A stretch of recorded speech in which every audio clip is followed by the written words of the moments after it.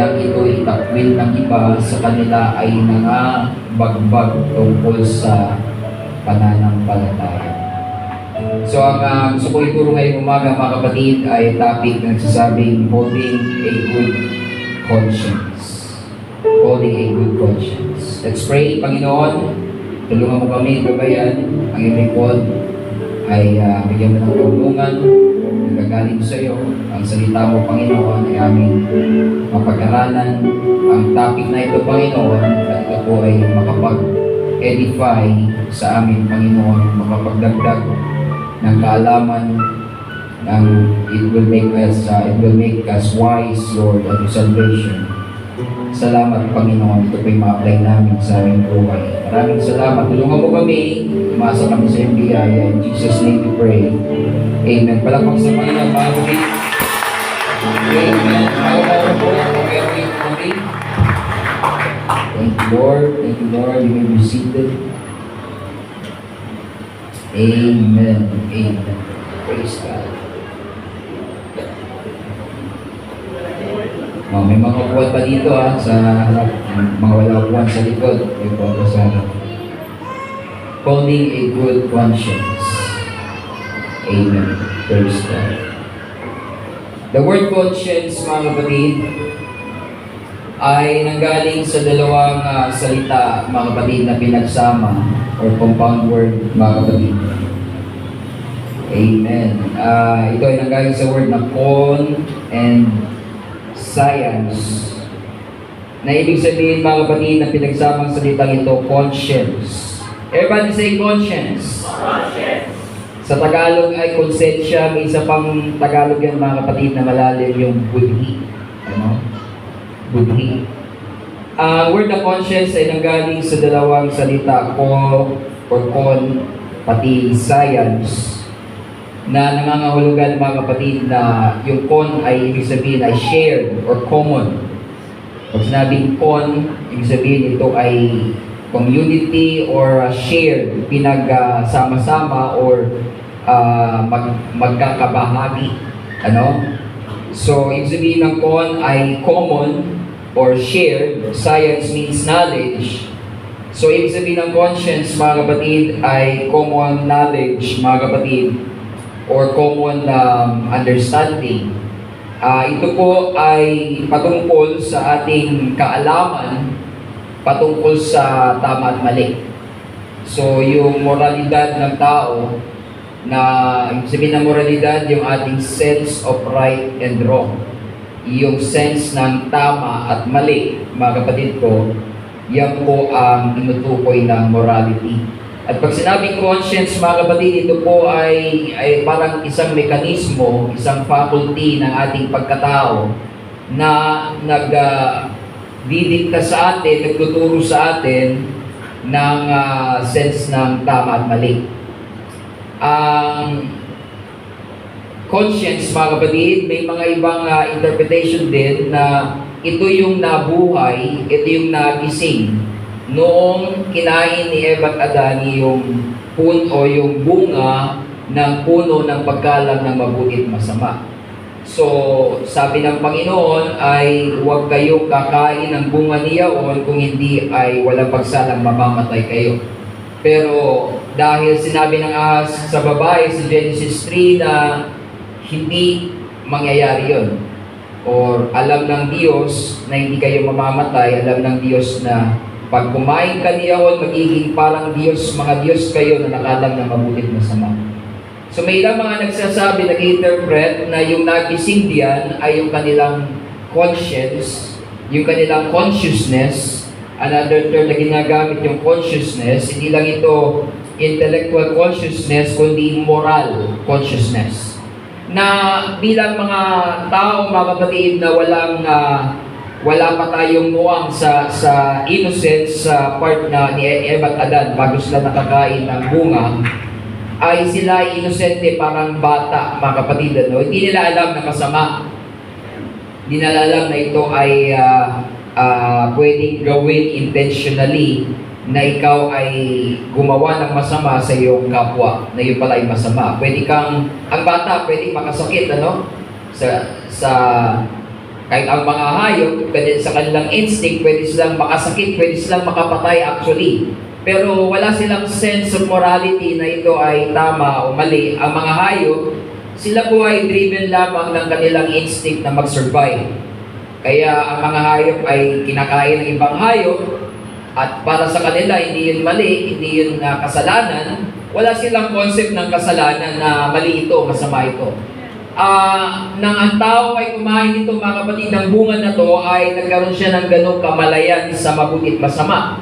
Na pwede mo itong gawin intentionally sa iyong kapatid, sa kapwa mo tao, at ito ay alam mong masama, mga kapatid, at pwede mo itong gawin intentionally. So yung conscience, mga kapatid, ito po ay yung mekanismo, faculty sa ating pagkatao na nagsasabi, nagbibigay sa atin ng muwang na ang bagay na ating ginagawa ay mali or mabuti. Mga kapatid, everybody say amen. Now, ang conscience, mga kapatid ko, iba ito sa batas ng Diyos na inilagay sa puso ng tao. Basahin natin sa Romans chapter 2, dahil sinabi ni Apostol Pablo na ang mga tao kahit yaong mga hindi inabot ng kautusan, kasi ang tanong sa chapter 2, paano yung mga tao na hindi inabot ng kautusan ng Diyos? Yung mga natibo, nasa kuweba, nasa jungle, nasa isla, hindi sila inabot ng written word of God, hindi sila inabot ng Bible, hindi sila inabot ng pangangaral ng salita ng Diyos. Isa yan sa malaking tanong, paano sila hatulan, pastor? Paano yung mga taong hindi nakaalam ng Bible, hindi nakarinig ng gospel, paano sila hatulan ng Diyos sa Judgment Day? So sinagot ito somehow ni Pablo, at ito, mga kapatid, ay isa sa mga exception to the rule, dahil lahat po ay hatulan ayon sa Ebanghelyo at sa pagkalam natin ng nakasulat na salita ng Diyos. Sabi sa Revelation, sa chapter 20, ang bawat tao ay hatulan ayon sa mga nakasulat sa mga aklat ayon sa kanilang mga gawa. Pero merong exception sa mga hindi inabot ng mga nakasulat, written law, mga kapatid. Sabi dito sa Romans chapter 2, mayroong batas na nakasulat sa puso ng tao. Dito sa verse 14, sapagkat kung ang mga hentil na walang kautusan sa katutubo, so ito yung mga nasa jungle, ito yung mga nasa isla, hindi sila inabot ng Bible, hindi sila inabot ng pastor o ng misyonaryo na mangangaral sa kanila ng Ebanghelyo. Sila yung sinasabi dito ni Pablo na mga hentil na walang kautusan sa katutubo ay nagsikawa ng mga bagay ng kautusan. Ang mga ito na walang kautusan ay siyang kautusan sa kanilang sarili.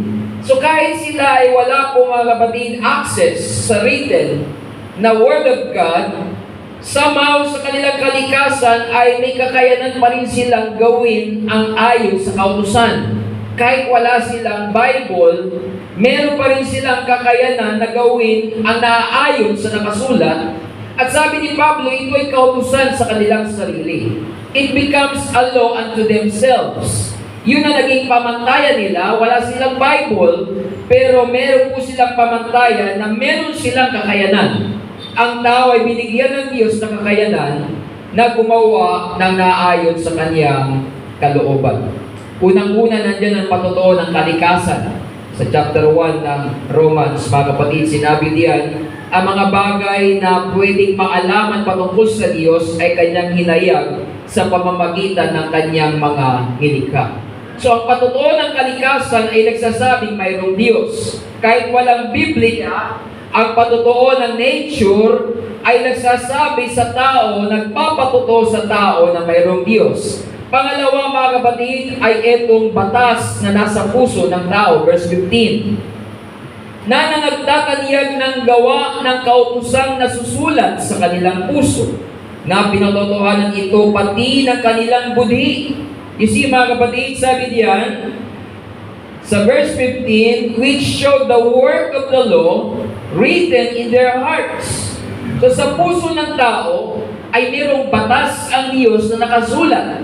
Meron tayong moral compass. Hindi man ganun kadetalyado mga kapatid kagaya na nakasulat dito dahil ang kautusan mga kapatid, ang kasulatan, ito po ang pinakamalinaw na kapahayagan ng kalooban ng Diyos. Can we say amen? Kaya kung gusto mong gawin ang kalooban ng Diyos, huwag ka maghintay ng panaginip, huwag ka maghintay ng pangitain. Gusto mong gawin ang kalooban ng Diyos, bigyan mo ko ng panaginip, Panginoon, bigyan mo ko ng vision, Panginoon. Mga kapatid, ito po ang pinakamalinaw na kapahayagan ng kanyang kalooban na kasulat na sa kanyang salita. Natin kailangan maghintay mga kapatid na mga panaginip. Dahil kung yung panaginip mo ay hindi nakaayon sa nakasulat sa salita ng Diyos, baliwala yung panaginip mo. At kung yung panaginip mo naman ay nakaayon sa salita ng Diyos, baliwala na rin yung panaginip mo. Kasi nakasulat naman. Kaya wag na tayo maghintay ng panaginip, mga kapatid, dahil nakasulat na sa salita ng Diyos ang kanyang kalooban. Kayo say amen. Palakpak sa Panginoon, mga kapatid. Search the Scriptures, for in them you know you have eternal life, and they are them that testify of me. Sabi ng Panginoon. John 5:39. Kaya ang sabi dito ni Pablo, merong batas na nakasulat sa puso ng tao. Somehow, meron tayong idea, concept ng tama at mali. Kaya sila, bagaman walang Bible, ay meron pa rin sense ng tama at mali kahit po saang kultura, mga kapatid ko, at saang panahon, ang pagpatay ay hindi po maganda. Ang mga bagay na ito, mga kapatid, ay nakasulat sa puso ng tao. Doon sila hatulan ng Diyos. At sabi diyan, their conscience also bearing witness. So it is clear mga kapatid, yung batas na nakasulat sa puso ay iba sa konsensya. Yung batas mga kapatid ng Diyos ay palaging tama yan. Can we say amen? Ang law of God mga kapatid, sabi ni Pablo sa Romans 7, I testify that the law is holy, the law is true. Ang batas ay banal, ito ay totoo. Ang batas ng Diyos ay palaging tama. Pero ang konsensya, mga kapatid, ay hindi po palagi nating masasabi all the time na sa lahat ng tao ito ay tama. Kahit sa Tagalog, sa Pilipino, may sinasabi tayo na ikaw ay mayroong masamang budhi. May budhi na mabuti, may budhi na masama. Tama? Eh, masama talaga yung budhi ng taong yan. Maitim ang buto. Narinig natin yan. Narinig ko yan, di ba? Maitim na buto. Ang itim ng yung budhi. And it's biblical. Mababasa natin sa Bible, evil conscience. So may conscience na good conscience, sabi doon sa binasa natin sa key verse natin. Meron din conscience na evil conscience. May sinabi sa Hebrews na conscience of sin. Hindi pare-pareho ang konsensya. Ang konsensya, mga kapatid, ito ay pwede pong ma-defile. Sabi diyan sa Bible, merong conscience that are defiled or seared conscience. Parang mga budhi na hinerohan or parang tinatakan, mga kapatid, ng mainit na metal. Yun ang sabi ni Pablo sa 1 Timothy. So mga kapatid ko, ang conscience ay pwede pong marumihan. Ang conscience ay pwede pong maging masama. Ang conscience, mga kapatid ko, ay pwede pong ma-defile, ma-corrupt. Pero ang batas ng Diyos, yan po mga kapatid, ay palaging tama. Kaya kung ang ating budhi ay ating sinasanay sa batas, sa salita ng Panginoon, ito po mga kapatid ay sasang-ayon sa tama na salita ng Diyos. Pero kung ang budhi ng tao, mga kapatid, ay nasasanay sa maling katuruan, maling prinsipyo, maling paniniwala, Kahit may batas sa puso ng tao, yung budhi ng tao, mga kapatid, ay kung pwede pong maging masama. Kaya may mga tao parang hindi na nakokonsensya. Parang hindi na nakokonsensya. Ibig sabihin, mga kapatid, ang budhi ay pwede pong maapektuhan. Ibinigay yan ng Diyos bilang witness, sabi dyan sa verse na yan. Their conscience also bearing witness, and their thoughts the mean while accusing or else excusing one another. Na pinatotohanan ito pati ng kanilang budhi at ang kanilang mga pag-iisip ay nangagsumbungan o nangagdadahilanan sa isa't isa. Mga kapatid, ang ating budhi ay meron pong dalawang gagawin sa atin sa harapan ng kasalanan. Sabi diyan, it's either your conscience, your thoughts. Sabi diyan ni Paul, it will either accuse you or it will excuse you. Ang budhi natin, ang ating pag-iisip, itong faculty ng ating pagkatao ito, ay pwedeng ikaw ay isusumbong or i-accuse o ikaw ay i-excuse. Mga kapatid, everybody say, accuse. Pag sinabing accuse, mga kapatid, ikaw ay hahatulan, ikaw ay sasabihan, ikaw ay sa negative sense pararatangan kung ang accusation ay hindi tama. Pero ang accusation, mga kapatid, pwedeng tama, pwedeng mali. Merong wrong accusation, false accusation. Pero meron din namang tamang accusation. Kaya ang mga mayroong kaso, ang tawag ay mga akusado, mga kapatid. Ano? Ang kaaway naman, mga kapatid, ang diablo ay tinawag ding accuser of the brethren dahil ang salitang diabolos ay nangangahulugan, mga kapatid, na accuser. Ang diablo ay walang ginagawa araw at gabi, kundi upang akusahan ang mga mananampalataya, sabi sa Revelation chapter 12. Ang trabaho po ng diablo sa buhay ng mananampalataya araw at gabi, nandun akyat panahon, gaya sa panahon ni Job, at inaakusahan ang mga anak ng Diyos, mga kapatid. So ang ating budhi, it will either accuse us, ibig sabihin, ang ating budhi ay sasabihan tayo, aakusahan tayo, sasabihan tayo ng ating mga pagkakamali, or it will excuse us. Everybody say excuse.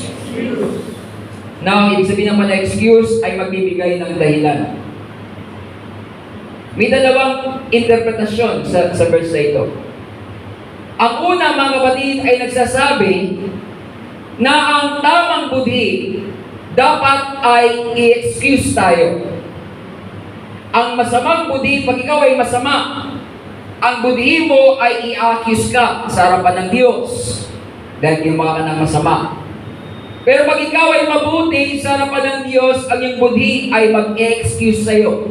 Ibig sabihin, hindi ka mapaparusahan. Pero mga kapatid, I believe, mas malapit yung pangalawang interpretasyon ng verse na ito, na ang budhi natin ay may dalawang klase ng reaksyon pag tayo nagkakasala. Lahat na nakikinig, magsabing, praise the Lord. Praise the Lord. Ang una, mga kapatid, kapag tayo po ay nasa estado ng pagpapakumbaba, pag tayo ay nasa estado na, mga kapatid, na malapit tayo sa Diyos, sa harapan ng pagkakasala, pag tayo gumawa ng kasalanan, ang dapat na reaksyon ng ating budhi ay to accuse us. Ang ibig sabihin ng accuse dyan, mga kapatid, ay tayo ay paalalahanan ng ating budhi. Tama? Pag tayo po ay mapagpakumbaba sa harapan ng Panginoon, pag tayo ay malapit sa Panginoon, ang budhi po natin ay aktibo. Tama? Kaunting isip mo pa lang ng masama, ang budhi mo nandyan na para i-accuse ka, but in a positive sense. Sasabihan ka agad ng iyong budhi, mali yung iniisip mo. Kasi malapit ka sa Panginoon, sensitibo ang iyong budhi. It accuse you, but in a positive sense, para tayo ay palalahanan. Kapag tayo ay mapagpakumbaba, malapit sa Diyos, at tayo mga kapatid ay palagi nagsusuri sa harapan ng Panginoon, yan ang ginagawa ng ating budhi. Dahil yan po ang function ng ating budhi. Tayo ay paalalahanan.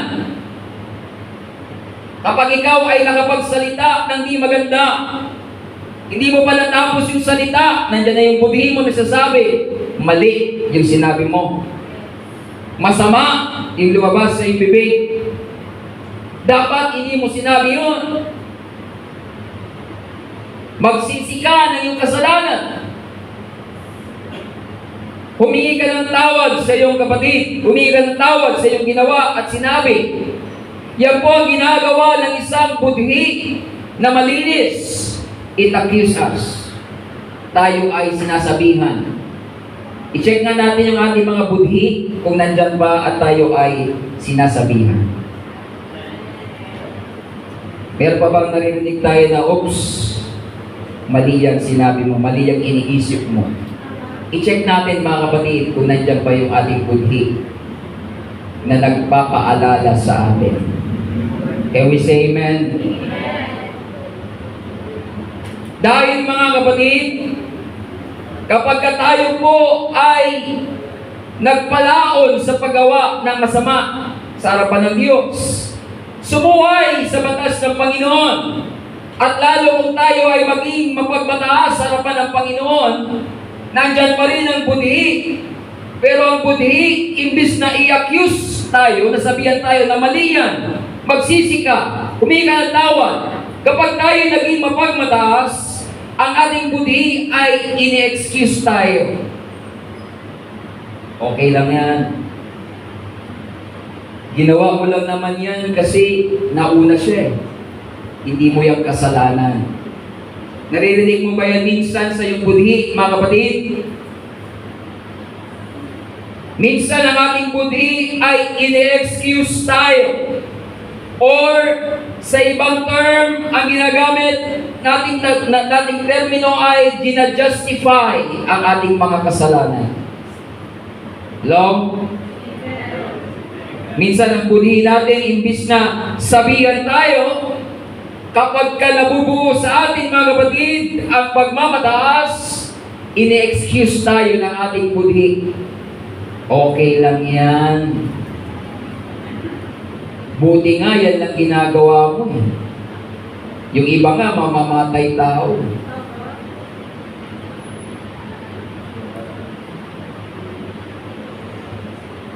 Buti nga yan ang kasalanan mo eh. Yung iba nga, ganitong ginagawa, tingnan mo yung kapitbahay mo. Di ba? Mas masama sila sa'yo, mabuti kang tao. Huwag kang ma-down. It's okay. Maliit na kasalanan lang yan. Pwede ka naman bumawi. Nagsimba ka naman nung Sunday. Okay lang gumawa ng kasalanan kasi nagsimba ka nung Sunday. Mga kapatid, ang ating conscience, it is never meant to excuse us. Hindi po yan ang function ng conscience sa ating pagkatao. Ang ating budhi ay hindi dapat tayo i-excuse sa kasalanan. Kapag ang ating budhi ay tila nagbibigay ng mga excuses, justification sa mga kasalanan na ating nagagawa, mga kapatid ko, it's time to check our heart before the Lord. Dahil ang budhi natin ay nagmamalfunction na sa harapan ng Panginoon. The Lord put it this way. May dalawang lalaking pumunta sa templo. Ang isa ay skriba, Pariseo, ang isa ay publikano. Pareho silang makasalanan. Pareho sila, mga kapatid ko, na nagkakasala sa harapan ng Panginoon. Yung isa, sa kanyang self-righteousness, hindi niya nakikita ang kanyang kasalanan. Pero ang isa, mga kapatid ko, alam niya ang kanyang kasalanan. Pareho silang may budhi, mga kapatid. Pero magkaiba ang disposition ng kanilang puso. Ang Pariseo, mga kapatid, ay lumapit sa Diyos sa templo at nagsabi, Panginoon, salamat! Dahil ako ay isang tao matuwid. Ako'y nagbibigay ng lahat ng aking ikabo sa lahat ng mga butil. Ibig sabihin, pagka meron siyang mga buto na inaani o kaya mga palay o kung anumang inaani niya, binibilang niya. Kada butil, binibilang niya. At kada ikasampung bahagi, tinatabi niya sa Panginoon. Ganun siya kasinop. Hindi ibig sabihin na mali o masama yung kanyang ginagawa. Pero ibig sabihin, mga kapatid, ginagawa niya itong justification, excuse. Hindi sa lahat ang sabi niya, hindi ako kagaya ng ibang makasalanan na kagaya ng publikano. Dinidespise niya ang iba, mga kapatid. It is our conscience, our mind saying, you are better than others. Mabuti ka pa nga eh. Yung iba nga, mandaraya, publikano, tax collector, taksil sa bayan. That is the conscience, mga kapatid, making excuses, making justification, making an illusion. Ang budhi, mga kapatid, na nagbibigay ng excuse ay gumagawa ng ilusyon sa ating isipan na sa harapan ng Diyos tayo ay katanggap-tanggap dahil tayo sa ating palagay ay mas mabuti kaysa iba. It is an illusion. It is self-deception. Ito po ay isang malaking pandaraya sa sarili na kapag tinignan natin ang ating kapatid at nasabi natin na mas okay ako sa kanya, somehow it makes you good or justified or righteous sa harapan ng Diyos. Hindi po, mga kapatid ko. Hindi po magiging pamantayan ng ating pagkatanggap sa harapan ng Diyos ang ating comparison sa ating kapatid. Can you say amen? Kung gusto natin maging katanggap-tanggap sa harapan ng Panginoon, huwag nating tingnan yung ating kapatid na, Lord, buti nga, di ako kagaya ni sister eh. Si brother nga, Lord eh. Si pastor nga eh. Nadami pa si pastor. Si brother nga eh, si Mari nga eh, si Pari nga eh, yung kapitbahay nga namin eh, si Pangulong ano nga eh, lahat na dinamay mo para lang maging katanggap-tanggap ka sa harapan ng Panginoon. It is an excuse. Ito ay illusion. Ito ay self-deception, mga kapatid ko. Hindi yan ang pamantayan, mga kapatid, na ginagamit ng Panginoon. Huwag natin ikumpara ang ating sarili sa ating mga kapatid, mga kapatid. Excuse will never justify us. Tandaan natin, mga kapatid.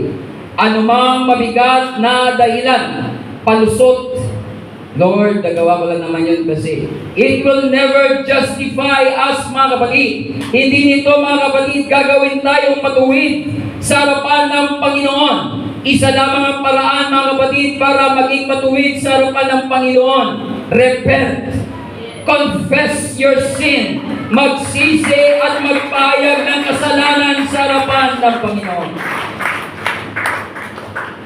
So yung Pharisee, mga kapatid, his conscience is excusing him. Mabuti ka. Puting-puti nga yung damit mo eh. Naka-all-white ka. Banal na banal. Di kagaya ng iba. Okay ka sa harapan ng Panginoon. Yung mga bagay na yan, maliliit lang yan. Hindi na yan papansinin ng Panginoon kasi okay ka naman kumpara sa iba. Hindi po yan, mga kapatid, ang tamang trabaho ng ating budi. Kaya, mga kapatid, i-check po natin ang ating mga budi kung anong sinasabi sa atin. Pag nakaharap tayo sa salamin, ano ba ang naririnig natin sa ating sarili? Ang gwapo mo talaga. Ang ganda-ganda mo talaga. Bagay na bagay sa iyo. Kung wala pang nagsasabi sa iyo, sasabihin ko sa iyo, Habang kausap yung salamin, ano? Ang guwapo mo. Ang galing mo talaga. Napakabait mo talaga. Napakabuti mo talaga. That is our conscience, our mind, mga kapatid, playing a trick on us. Ngunit sa kabilang banda, mga kapatid, nandoon yung publikano. Ano? Ang kanyang budhi, mga kapatid, ay nandoon aktibo. Hindi siya ine-excuse ng kanyang budhi. Hindi siya tinuturo ng kanyang budhi na maghanap ng iba na mas masama kaysa sa kanya. Minsan yan ang ginagawa ng ating budhi. Imbis na magsisi, naghahanap tayo ng mas masama kaysa sa atin. Pero ang budhi ng publikano ito, mga kapatid, ay hindi po naghahanap ng excuse. Hindi naghahanap ng palusot o ng justification. Kundi ang kanyang budhi, mga kapatid, ay inaakusahan siya. But in a positive sense, mga kapatid ko, na nagsasabi sa kanya, nagkasala ka sa harapan ng Panginoon. No excuses, no if or but, mga kapatid. You have sinned before the Lord. Kaya sabi niya sa Panginoon, Panginoon, Diyos ko, mahawag ka sa akin, sapagkat ako'y isang makasalanan. Mga kapatid, yan po dapat ang trabaho ng ating budhi kapag tayo ay nakakagawa na hindi tama sa harapan ng Panginoon. Palagi natin tingnan, mga kapatid, at i-check ang ating mga budhi kung ito pa ay nagpa-function ng tama, mga kapatid. Dahil kung ang ating puso ay malapit sa Diyos, ang ating puso, mga kapatid, ay mapagpakumbaba sa harapan ng Panginoon.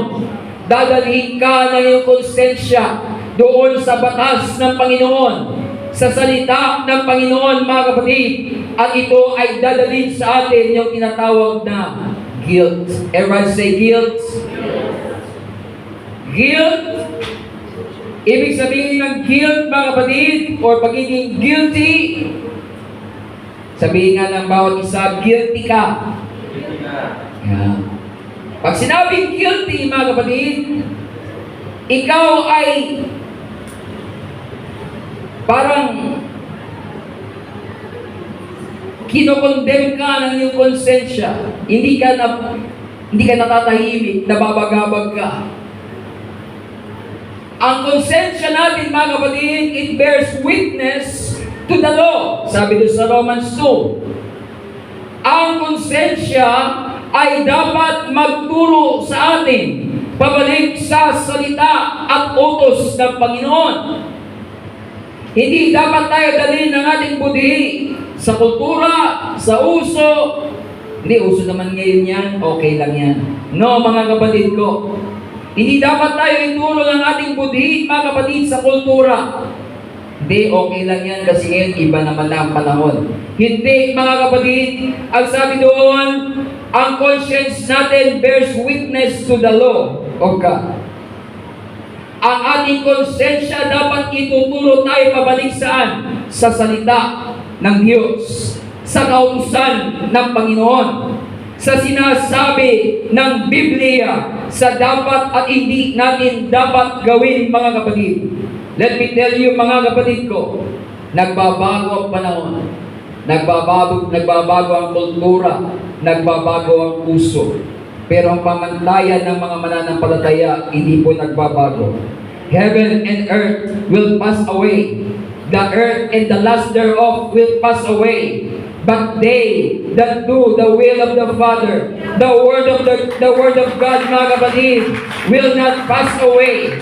Mga kapatid ko, hindi po ito nawawala sa uso. Hindi ito nakabase sa kultura. Huwag tayong magpadala sa uso sa sanlibutan. Huwag tayong magpadala sa kung anong nakikita natin sa sanlibutan. Ang ating pamantayan ng pamumuhay ay nananatili ang makapangyarihan at eternal na salita ng ating Panginoon. Palagpakan natin ang Panginoon, mga kapatid.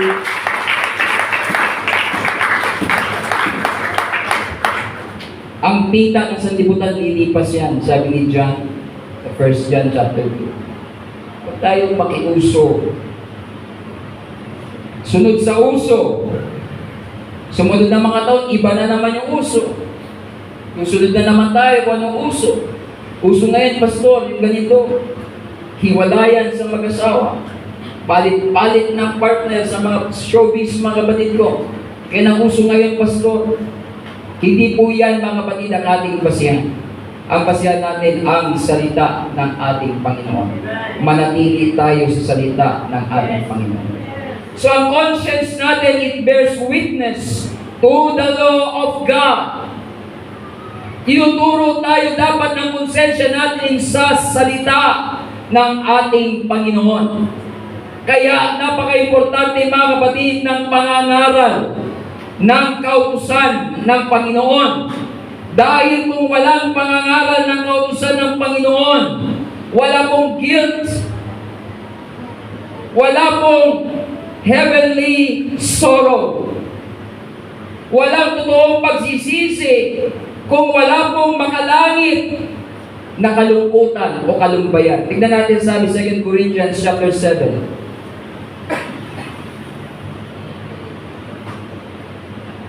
Second Corinthians chapter 7 verse 10.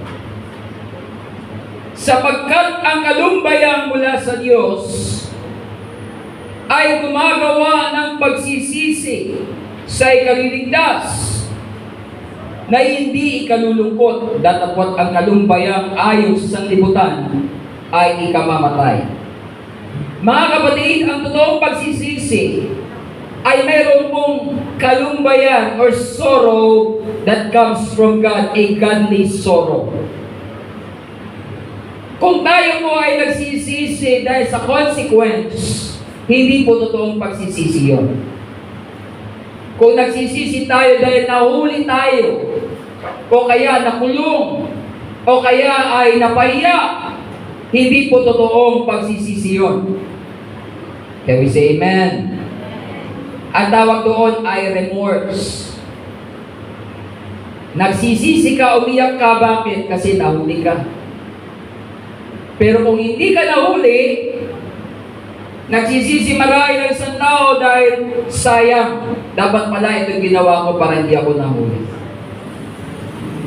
Umiyak siya, then nagkamali siya ng ginawang pagtakas. Hindi po totoong pagsisisi. We do not repent because of the consequence. Ang totoong pagsisisi ay godly sorrow, kalumbayang mula sa Diyos. Ibig sabihin, mga kapatid, hindi tayo nagsisisi dahil sa consequence ng ating kasalanan. Nagsisisi tayo dahil nilabag natin ang banal at eternal na mga salita ng nag-iisang buhay na Diyos na lumikha ng langit at lupa. Dahil binigyan natin, mga kapatid, ng pain sa puso ng Panginoon na tayo'y sumuway sa Kanyang salita, doon tayo nalulungkot, mga kapatid. Doon tayo nagkakaroon ng sorrow. Hindi lamang dahil tayo ay may consequence sa dinadanas, kundi dahil nasaktan natin at sinuway natin ang salita ng ating Panginoon. Yun po ang totoong pagsisisi. Godly sorrow. Can we say amen? Kaya importante ang pangangaral ng batas ng Panginoon. Dahil sa pangangaral ng batas ng Panginoon, ang mga pamantayan ng Panginoon, ang mga tama at mali ayon sa salita ng Panginoon, ito po ay magtuturo at magbe-bear ng witness sa ating konsensya at magsasabi sa atin, nagkasala ka, sinuway mo ang salita ng Panginoon. Dadalhin tayo dito, mga kapatid, sa guilt. Dadalhin tayo dito, mga kapatid, sa pakiramdam na hindi ka kampante dahil sinuway mo ang salita ng Panginoon. Yan po, mga kapatid, ang tinatawag na guilt. Sabi nga ng isang mangangaral, what do you do with your guilt? May mga tao na ang guilt, mga kapatid, ay kanilang tinitiis. at kanilang pinatitigas ang kanilang mga puso. At although nakakaramdam, mga kapatid, ng guilt sa kanilang konsensya, ito po ay kanilang pinapatigas at kanilang ginagawang manhid. Ito ang sabi ng 1 Timothy chapter 4, verse 2. Speaking lies in hypocrisy. Mga kapatid, kapag tayo po ay nakakaramdam ng guilt, huwag po natin itong patitigasin ang ating mga puso. Dahil sabi ni Pablo, mga kapatid, ito po ang mangyayari sa huling panahon. Isa sa mga palatandaan, sabi sa verse 2, sa pamamagitan ng pagpapaibabaw ng mga tao na nagsisipagsalita ng mga kasinungalingan, na hinerohan ang kanilang mga sariling budhi ng waring bakal na nagbabaga. Ang ginamit ni Pablo, mga kapatid, na illustration ay yung hinerohan, mga kapatid, o yung pinainit na bakal at ginagawa, mga kapatid, na pantatak sa kanilang kultura, sa Greco-Roman culture, mga kapatid. Kapag ikaw ay alipin, tatatakan ka ng marka ng iyong master. May marka ang iyong master, maaaring initial ng kanyang pangalan. At paano yung itatatak? Hindi po, mga kapatid, sa damit, sa balat. Paano ipatatatak? Yung selyo na nagbabagang metal. At yun po ay didikit sa balat ng tao. Kaya po siya sabi na hinerohan, mga kapatid, pinatigas. At nandun na yung marka nun, hindi na yan maalis, mga kapatid. Ganyan ang ginawang halimbawa ni Pablo. Ang budhi po pala ay pwedeng maging seared with hot iron, hinerohan ng bakal na nagbabaga, at mauwi ito, mga kapatid, sa pagpapaibabaw or hypocrisy. Ito po ay isang nakakalungkot at delikadong estado, yung hypocrisy. Kapag tayo ay gumagawa ng masama, gumagawa ng labag sa kautusan ng Panginoon, ngunit hindi nagsisisi, pinatitigas ang budhi, naghahanap ng justification or excuses sa ginagawang mali, para nating iniherohan ang ating mga konsensya. Ang ating mga budhi ay pinatitigas, mga kapatid ko. At ang taong iyon ay mabubuhay sa hypocrisy or pagpapaimbaba. Mga kapatid, delikado. At yan po ang pinaka kinagalitan ng Panginoon sa kanyang panahon.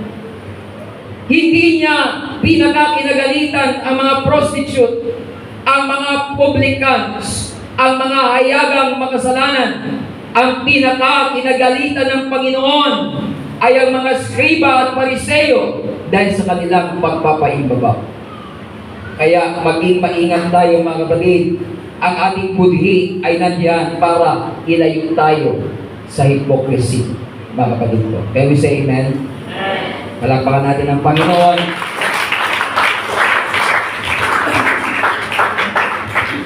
Alam niyo, mga kapatid, ang pinaka sumisira, I believe, wala sa Bible, pero meron ako realization na ang pinaka isang bagay na pwedeng sumira sa buhay pananampalataya, lalo ng isang bagong mananampalataya, yung makakita siya ng matagal ng mananampalataya na namumuhay sa hypocrisy.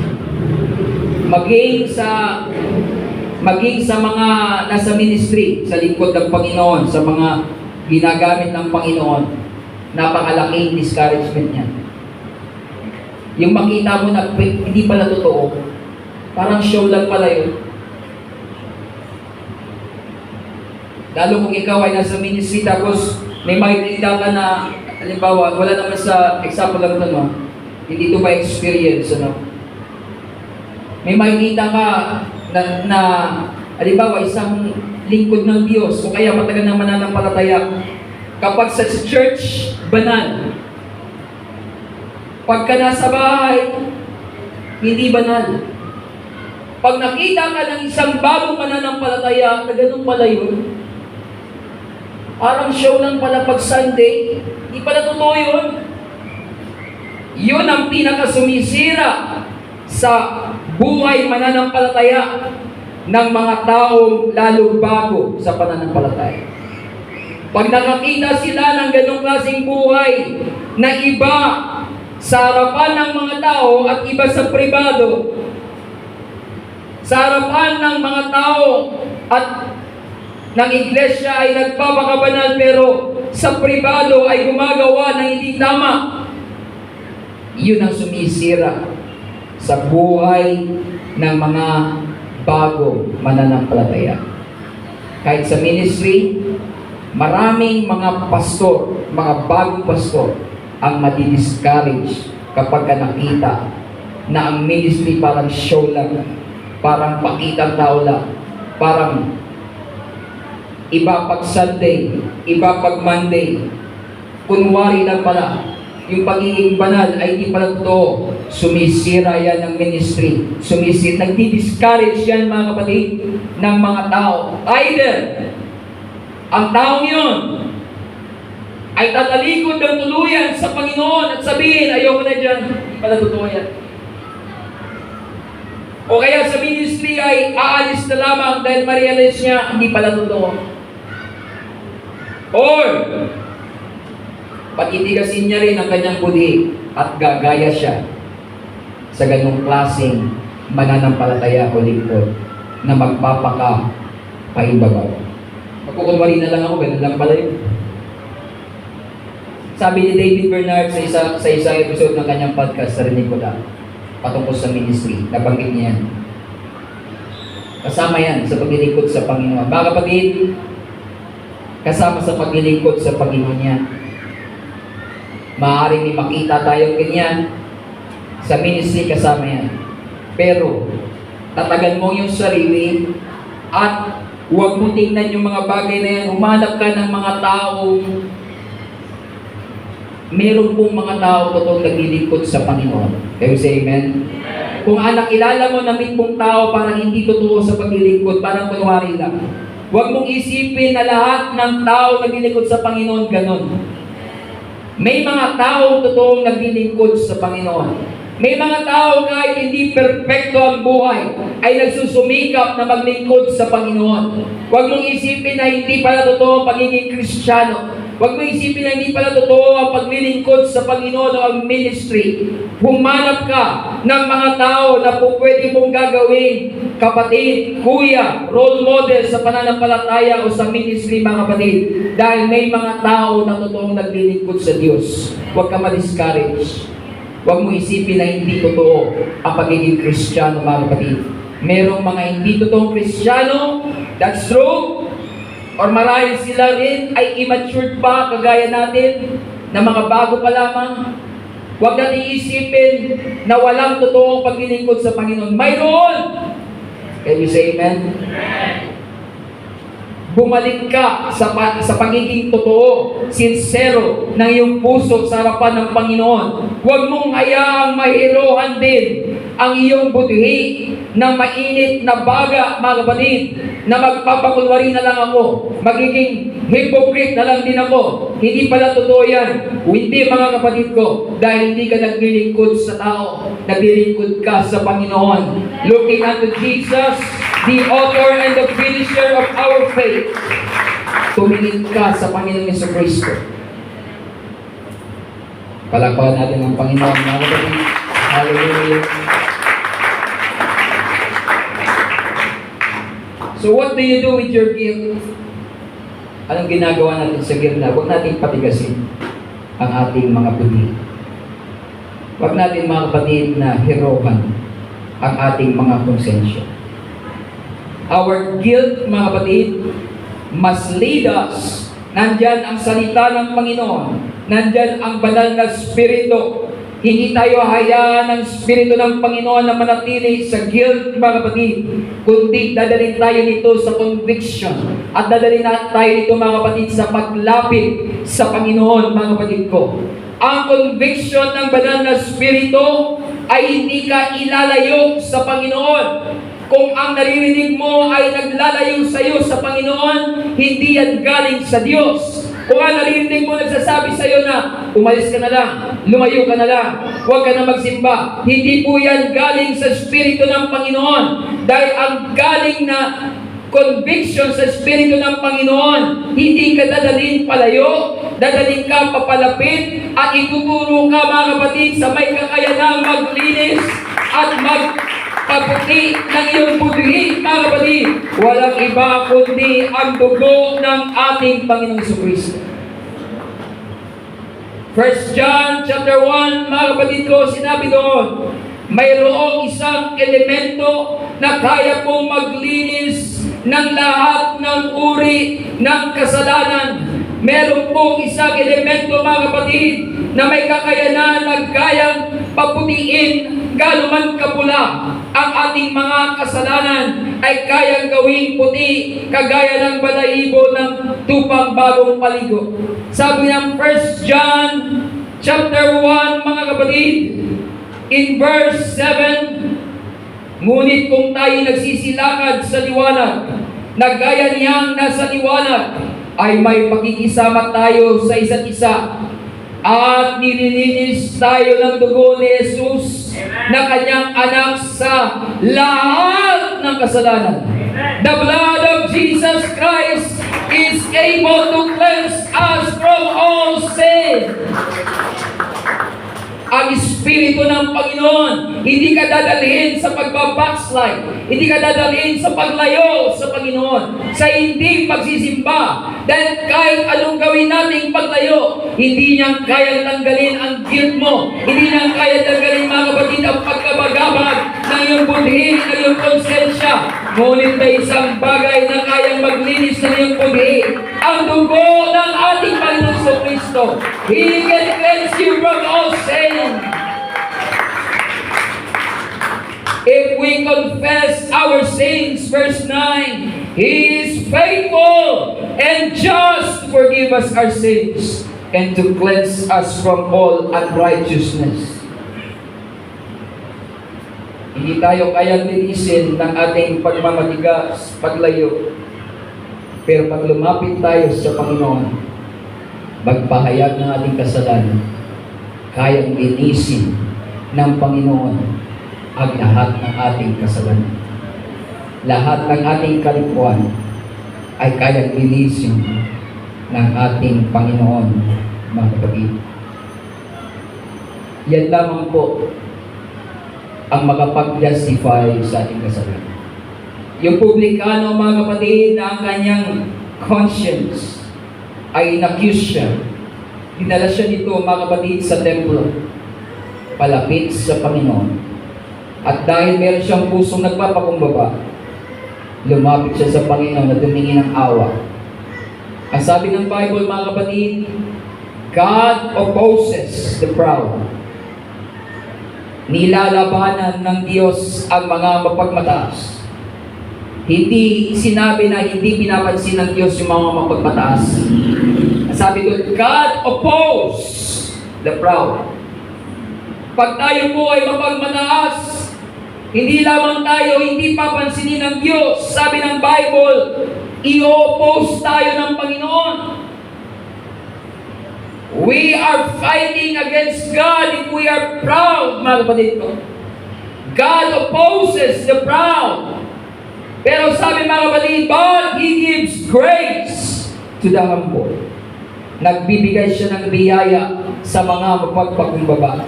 Kaya nang sabi ng publikano, mahabag ka sa akin, Panginoon, ako'y makasalanan. Ang sabi ng Panginoon, yung publikano, hindi yung Pariseyo, ang umuwi na ginastify ng Diyos, mga kapatid. Isa lamang po, mga kapatid, ang solusyon sa guilt, sa bigat ng konsensya, budhi dahil sa kasalanan. Ang tawag po dyan ng Bible ay justification. Ang justification ng Diyos. Kapag ang Diyos ay inari kang ganap, if God justifies you, naaalis, mga kapatid, ang bigat ng buhay. Naaalis ang bigat at burden ng kasalanan sa ating mga konsensya, mga kapatid ko. Hindi natin kailangan ng approval ng tao para mawala ang budhi, ang bigat sa ating budhi. Minsan, mga kapatid, hinahanap natin yung approval ng mga tao. Pag tayo ay may mabigat na dinadamdam, may mabigat sa ating budhi, kumahanap tayo ng approval galing sa tao, kumahanap tayo ng likes galing sa mga tao, kumahanap tayo, mga kapatid, ng approval, mga kapatid, at thumbs up na mga tao. Hindi po yan ang solusyon sa guilt. Kahit marami po, mga kapatid, ang mag-approve, ngunit kung sa harapan ng Diyos, ito po ay hindi i-justify ng Diyos, hindi ka patawarin ng Panginoon, hindi ka nilinis ng Panginoon, mabigat pa rin ang iyong budhi. Kayo say amen? Pero pagka ikaw ay nariganap ng Panginoon, dahil ikaw yung nangingi ng tawad, maalis. Yan po ang tanging solusyon sa guilt, mga kapatid ko. Ang paglilinis ng Panginoon, ang justification ng ating Panginoon. Palakpakan natin ang Panginoon, mga kapatid. Malapit tayo magtapos. Now, may gusto lamang din akong ipaalala, mga kapatid. May isa pong uri ng kasalanan na dapat nating ingatan na huwag gawin. Ito po ay nabanggit sa 1 Corinthians chapter 8.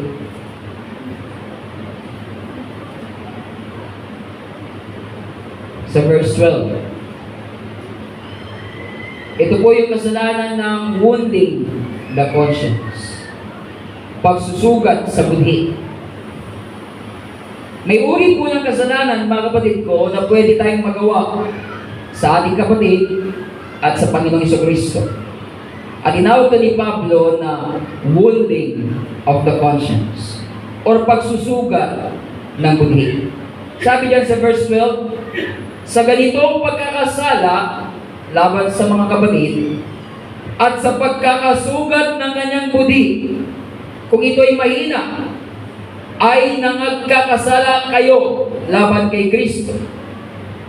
When you sin so against the brethren and wound their weak conscience, ye sin against Christ. Ito po ay isang malinaw na kasalanan. At sinabi dito, nagkakasala tayo directly, personally, sa Panginoong Jesucristo. Kapag tayo po ay nansusugat sa budhi ng iba. Pwede tayo makasakit sa iba ng pisikal. Pag tinulak mo yung kapatid mo sugatan, that is physical wounding. That is physical damage. Pero sinabi dito ni Pablo, mga kapatid, pwede mo rin sugatan, hindi yung katawan, hindi necessarily ang damdamin, mga kapatid, pero usually kasama. Pero pwede mo rin sugatan ang budhi ng iyong kapwa mananampalataya. Can we say amen? Now, ang issue sa chapter 8, mga kapatid, ay patungkol sa pagkain. Sabi ni Pablo, ang issue sinasagot dito ni Pablo ay pagkain. Lahat ng nagugutom, magsabi, praise the Lord. Sabi nga, mga kapatid ni David Bernard, pag bumasa tayo ng epistles, yung mga sulat, mula Roma hanggang Jude, mga sulat, para tayo nakikinig ng usapan sa telepono. Pero isang side lang yung naririnig natin. Di ba pag may kasama ka sa bahay, may tumawag, oh, bakit? Oo nga. Oo, sa makalawa. Naririnig mo siya, pero hindi mo alam kung anong pinag-usapan nila. Tama? Ano sa makalawa? Parang ganun daw tayo pag bumabasa ng epistles. Nababasa natin yung sulat ni Pablo, pero meron siyang kausap dito. May kausap siya sa mga taga-Corinto. May issue siyang sinasagot. Kaya minsan, hindi natin naunawaan ng malinaw, ano ibig sabihin dito ni Pablo? Para tayong nakikinig sa usapan sa telepono. Alam natin yung sinasabi niya, pero hindi natin alam yung sinasabi ng kabila. Kaya sumulat si Pablo sa mga taga-Korinto, may mga issue siyang sinasagot. Dahil sa chapter 5, merong incest. Sa chapter 6, may nagdedemandahan. Sumulat si Pablo, ito gawin niyo, ito gawin niyo. Sa chapter 8, ang sinasagot ni Pablo na issue dito, yung mga kumakain ng mga pagkain na inalay sa Diyos-Diyosan. Dahil sa Korinto, mga kapatid, may mga Diyos-Diyosan at itong mga mananampalataya sa Korinto, mga converted galing sa paganismo. Dating sumasamba sa mga Diyos-Diyosan. At sa templo nila, sa mga Diyos-Diyosan doon, nag-aalay sila syempre ng karne, ng hayop. Iaalay sa Diyos-Diyosan. Now, after katayin yung hayop, ang ginagawa, yung karne ibebenta sa palengke. Kaya tanong, pwede ba tayong kumain ng binibenta sa palengke na inalay sa Diyos-Diyosan? Yun ang tanong dyan, mga kapatid. Sa panahon natin, i-apply natin, pastor, paano yung nakikipiesta? Pwede ba tayong makikipiesta? Meron daw ita dun sa Bicol, ano? May ita, pumunta sa bayan. Kumain doon sa buffet. Jadi, kita niya, mga tao, pwedeng kumain. Kanya-kanyang kuha. Kain siya, ang dami niyang kinain. Nung maglalabas na siya, hinalang siya ng staff, sabi siya, bayad mo. Sabi niya, anong bayad? Piyesta. Akala niya piyesta, mga kapatid, akala niya libre. Kasi doon sa Bicol, sa mga probinsya, pagka piyesta, nag-ahanda lahat at pwede kang makapiesta, kakain. Pero alam natin mga kapatid, sa mga piyestahan, ito ay inaalay sa mga santo, sa mga Diyos-Diyosan. Kaya tanong, ang mga mananampalataya ba pwedeng kumain ng mga pagkain sa piyesta? Parang ganyan yung tanong dito ni Pablo. Now, sabi ni Pablo sa chapter 8 verse 1, sabi niya dyan, tungkol sa mga bagay na hinahin sa Diyos-Diyosan, nalalaman natin na tayong lahat ay may kaalaman. Ang kaalaman ay nagpapalalo, ngunit ang pag-ibig ay nagpapatibay. Sabi ni Pablo, alam natin, may kaalaman tayo. Anong kaalaman tinutukoy niya dyan? Pag tinuloy natin yung basa, na yung mga Diyos-Diyosan, wala naman yan eh. Tama? Diyos-Diyosan nila. Alam natin, may kaalaman tayo, lalo yung mga matured na may mga Diyos na tinatawag sa langit, may mga tinatawag na Diyos sa lupa, maraming mga Diyos, maraming mga Panginoon. Ginagamit ni Eli Soriano yan na verse para sabihin na marami daw Diyos sa Bible. Pero yun yung context yan. Sabi ni Pablo, alam naman natin na ang mga tao, maraming mga Diyos-Diyosan. May mga Diyos na tinatawag sa langit, may mga Diyos na tinatawag sa lupa, maraming mga Diyos, maraming mga Panginoon. Ngunit, sa ganang atin, alam natin na mayroon lamang isang Diyos at meron lamang isang Panginoon. So, ang punto dito ni Pablo, alam natin na baliwala naman yung mga Diyos-Diyosan na yan. Alam natin isa lang ang Diyos eh. Kaya ikaw na may kaalaman, kung pwede mong gamitin itong kaalaman na ito, ang punto ni Pablo dyan, na kumain kahit ng mga pagkain na parang inalay sa Diyos-Diyosan, kaya para sa'yo, wala naman yan. Kasi matured ka eh. May kaalaman ka na isa lang naman ang Diyos eh, baliwala naman yan eh. Lahat naman yan, pagka pinag-pray, nililinis ng Panginoon eh. May kaalaman ka. Pero sabi ni Pablo, mga kapatid, kung itong kaalaman na ito ay, sa verse 7, gayon may wala sa lahat ng mga tao ang kalamang yan. Kundi ang ilan na hanggang ngayon ay nangamimihas sa Diyos-Diyosan ay kumakain ng parang isang bagay na inihain sa Diyos-Diyosan at ang kanilang budhi, palibang sa'y mahina, ay nahahawa. Ikaw, matured ka. Alam mo na baliwala yan. Pero hindi naman lahat matured. May mga mananampalataya na pag nakakita ng ganyan, dahil sanay sila, kasi kaka-convert lang na sa paganismo, na yung mga bagay na inalay sa Diyos-Diyosan, nakukonsensya sila dahil, di ba, isa lang, di ba hindi naman mga totoong Diyos yun? Kung ikaw man matured para sa iyo, sabi ni Pablo, baliwala yan. Pero hindi naman lahat kagaya mo na matured.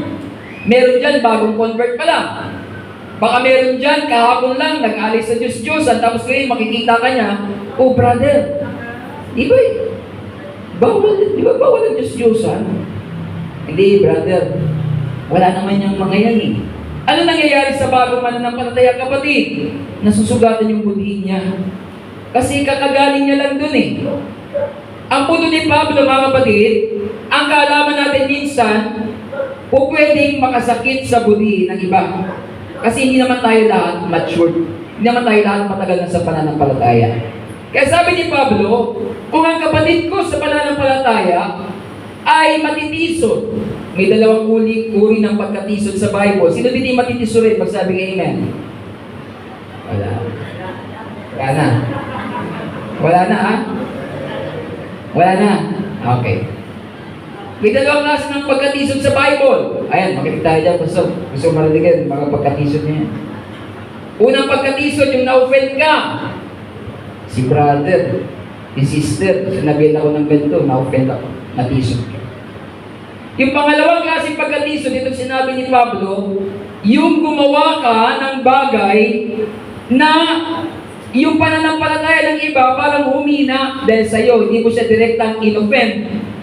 Pero yung kanyang faith, kagaya ng example, nakakagaling niya lang sa pagsamba sa Diyos at makikita ka niya, nagiging-fiesta. Akala ko ba masama yun? Akala ko ba? Nagkakaroon siya ng doubt. Yun yung pangalawang klase ng pagkatisod. Nagkukos tayo ng doubt, panghihina sa pananampalataya ng iba. Can we say amen? Kaya yung dalawang pagkatisod na yan, mga kapatid, huwag natin gawin yan. Unang-una, iwasan nating mag-offend. Sabi ng Panginoon, kailangan talagang dumating ang offense. Ngunit sa aba, niyaw ang panggagalingan ng offense. Mabuti pa sa kanya na lagyan ng mabigat na bato sa liig at itapon sa dagat kaysa makatisod sa mga maliliit na ito, sa mga kapatiran. At yung pangalawa, na mag-cause tayo ng panghihina ng pananampalataya ng iba. Huwag natin gawin yan. Kaya sabi ni Pablo, although sa kanya, sa budhiin niya, alam niya na hindi siya magkakasala kahit kumain siya niyan, dahil baliwala naman yan, hindi naman mga totoong Diyos yan, pero kung makikita siya ng kapatid niya, at yung kapatid niya ay magkakaroon ng doubt, o ang ginamit sa Romans 14, ma-encourage yung kanyang budhi na sumamba sa Diyos at parang may encourage siya bumalik sa ganong klaseng practice, nagkakasala ka. Hindi ka na nagkakasala sa kapatid, nagkakasala ka kay Kristo dahil sinusugatan mo ang budhi niya. Wounding the conscience. Naglalagay tayo mga kapatid ng mabigat sa budhi sa konsensya ng kapatid natin. Kasalanan yan. Mga kapatid. Kaya sabi ni Pablo, kung yung kapatid ko ay matitisod, hindi na lang ako kakain. Although sa akin, sabi niya, lahat ng binibenta sa palengke, kakainin ko, okay lang. Pero kung may kapatid na matitisod, hindi na ako kakain. Kahit kailan. Dahil, ang ating kalayaan at ang ating kaalaman, mga kapatid, yes, malaya tayo, at yes, may knowledge tayo, pero dapat gamitin ang ating liberty. We will use our liberty, sabi ni Pablo, not to please ourselves, but to serve one another. Kaya kahit malaya tayo, mga kapatid ko, kahit patibay ka sa Panginoon, kung may matitisod, huwag mo gagawin. Eh sabi ni Pablo, pag hinainan kayo ng pagkain, huwag ka nang magtanong for conscience sake. Pag mo nang sabihin na, Brad, baka inalay ito sa Diyos. Kainin mo na lang. Ano? Paano yung pastor? Sakto, pagpunta mo sa bahay, fiesta. Hindi mo alam. Kung di mo alam, okay lang. Kumain ka, di mo alam eh. Pero kung alam mo, at may kapatid na nandoon, Ito nangyayari, no? Invite ka na ang kapatiran sa bahay. Alam si Pastor, Pastor, punta tayo sa bahay. Sakto, hindi mo alam, fiesta. Yung kapatid mo sa Panginoon, hindi pa niya alam yung mga bagay na yan. O, sabihin natin, alam niya na yung mga bagay na yan. Hinainan ka nung kamag-anak. Huwag ka na lang kumain kung mayroong kapatid na nandoon na makikisyo. Sabihin nyo si Pastor na may miesta. Lakas kumain. Nakakatiso. Huwag ka na lang kumain. Gawin mo na ng paraan na ikaw ay makatanggi, politely, mga kapatid ko. Pero kung di mo alam, inahin sa'yo, okay lang. Huwag ka na magtanong. Inahin nyo ba ito sa santo? Huwag mo na tanong. Sabi ni Pablo din, no? For conscience sake, do not ask question. Ang put niya ni Pablo, huwag niya tanong, sa mo ito binili? Sis, sa kanila, pagkatapos ikata yung hayop, binibenta sa palengke. Huwag mo tanongin, sis, sa palengke mo ito binili? Baka doon yan sa kainin mo na lang for conscience sake, pero kung may matitisod, huwag mong gawin. Bakit? Baka makasugat ka ng buti ng iba. Yan po ay kasalanan, mga kapatid. Kaya lastly, mga kapatid, ang isang tao na galing sa kasalanan, ang budhi niya, binanggit sa Bible, ay merong conscience of sin. Binanggit sa Bible ang term na sa Hebrews na evil conscience. Pero meron pong kalutasan. Sabi ng unang Pedro 3:21. 1 Peter chapter 3 verse 21. Na ayon sa tunay na kahawig, ngayoy nagligtas sa makatuwid bagay ang bautismo. Sabi nila, hindi raw nagliligtas ang bautismo. Pero sabi dito, ngayoy nagligtas sa makatuwid bagay ang bautismo. Kita mo lang, kapatid? Nagliligtas pa ang bautismo. Ano sabi diyan? Even like figure were to even baptism, that also now save us. So ang bautismo required sa kaligtasan, hindi. Required. Sabi niya, ayon sa tunay na kahawig, sa verse 20, sabi niya, sa panahon ni Noah, sa verse 20, tingnan natin. Sa panahon ni Noah, yung panahon ng mga suwain, sa mga araw ni Noe, samantalang inahanda ang daong na sa loob nito ay kakaunti.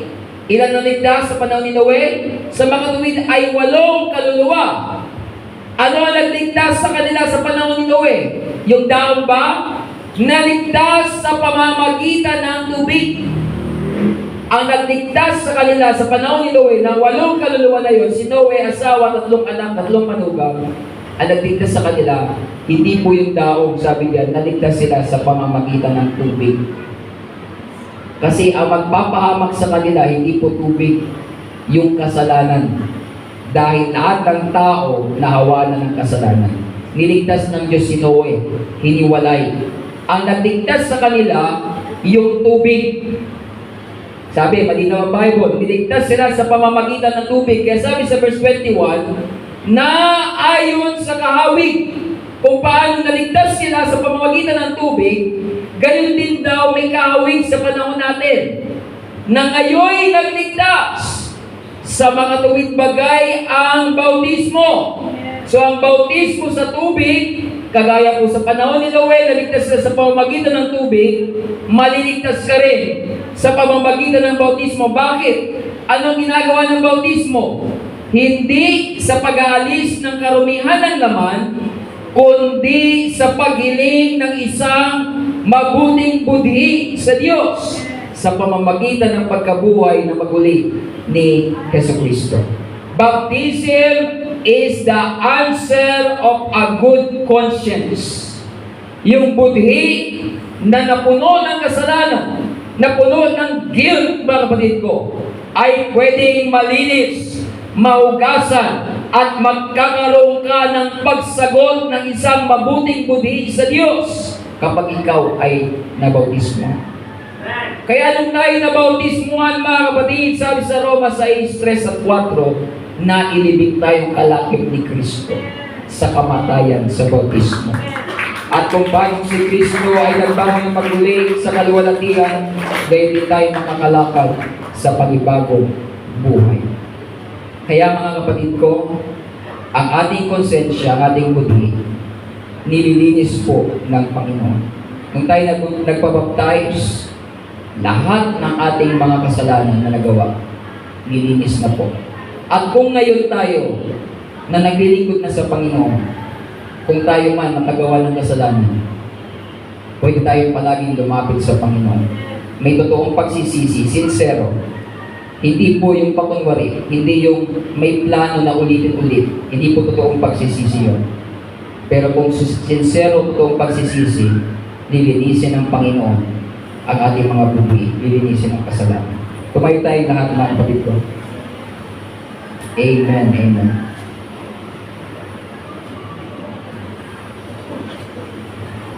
That's why, mga kapatid, habang tayo mananalangin,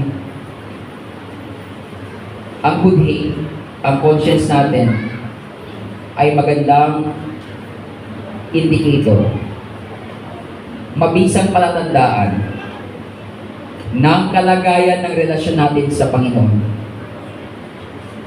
Kamusta ang ating budhi, mga kapatid? Mabisang indicator ng relasyon natin sa Diyos ang kalagayan ng ating budhi. Pag ang ating budhi, mga kapatid, ay tila manhid na, hindi na nasasaktan o nababagabag sa paggawa ng mga bagay na hindi naayon sa kalooban ng Panginoon. Walang godly sorrow, walang pagkabagabag ng damdamin kapag kami nagawa, naisip, nasabi na hindi ayon sa kalooban.